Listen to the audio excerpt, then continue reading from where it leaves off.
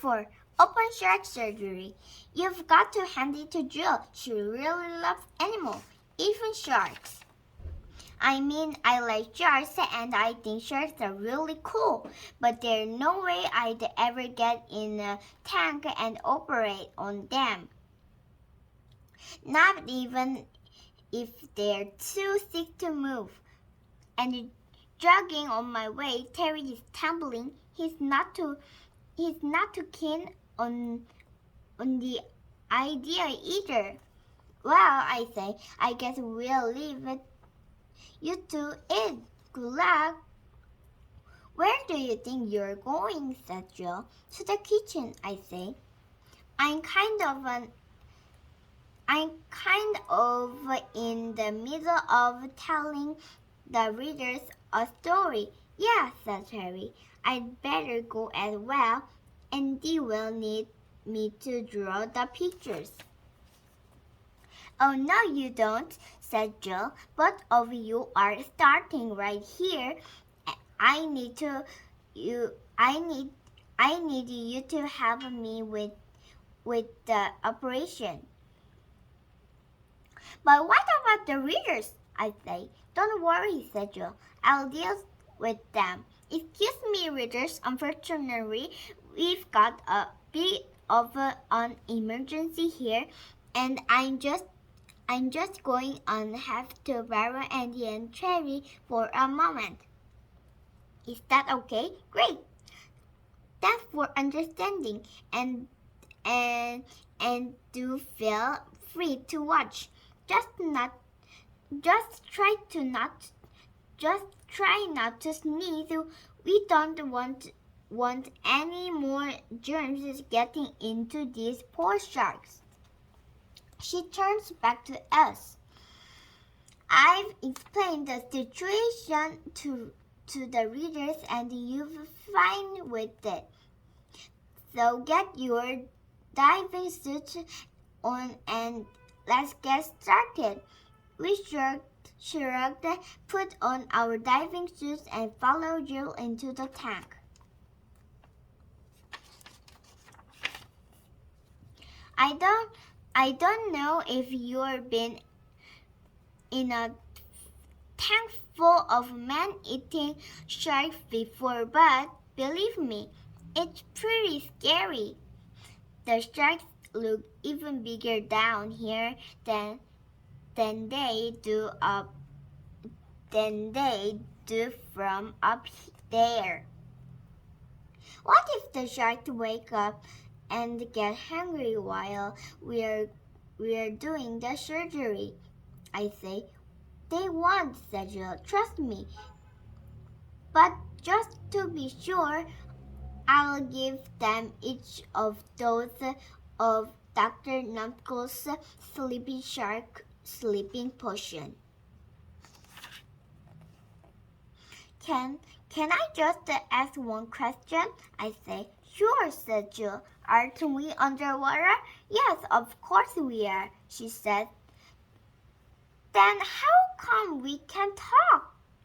Sorry, Andy, but that's two questions we had, and we only had time for one. Are you ready? Yes, but what do we do? Said Terry. I'd never operated on a shark before.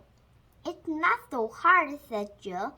You know how to work a zipper, don't you? Yes. Well, there's one about halfway down its belly. Let's just unzip and empty the contents. Wow, I say. I never knew sharks had zippers.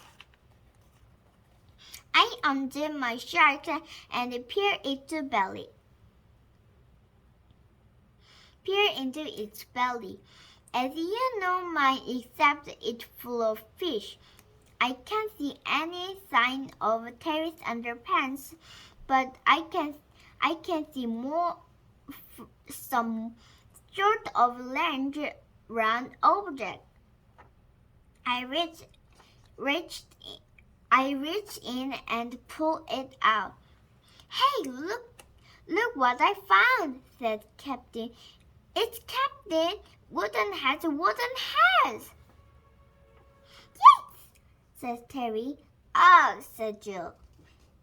That's really creepy. Just like it is really creepy. Even though the eyes are made of wood, it feels like they are looking right at you. And it's quite a coincidence, really, because Captain Woodenhead is actually tied up with that whole story I was telling you earlier about how Terry and I met. You remember that lonely little boy? The one at the top of the very tall tower? Well, Andy, said Jill, stop talking to the readers. Do you have to remind you that we are in the middle of an open heart surgery? Let's focus and get this job finished. Then you can blather away all you want. I'm not blathering, I say. I'm narrating. Jill and Terry look at each other, roll their eyes, and smile. Whatever, said Jill. Just save it till later. Hey, look what I found, said Terry, holding up a pair of pants. And I just found a pair too, I say, pulling them out my shark. And here's the third pair, said Jill, holding them as far away from herself as possible. Terry, these underpants are disgusting. I know, he said. That's why I was trying to wash them. Will the sharks be all right now? I say. I hope so, said Jill. I think the best thing for them is to get back up and have a good rest. The cats and I can take from here. Goodbye, see you soon.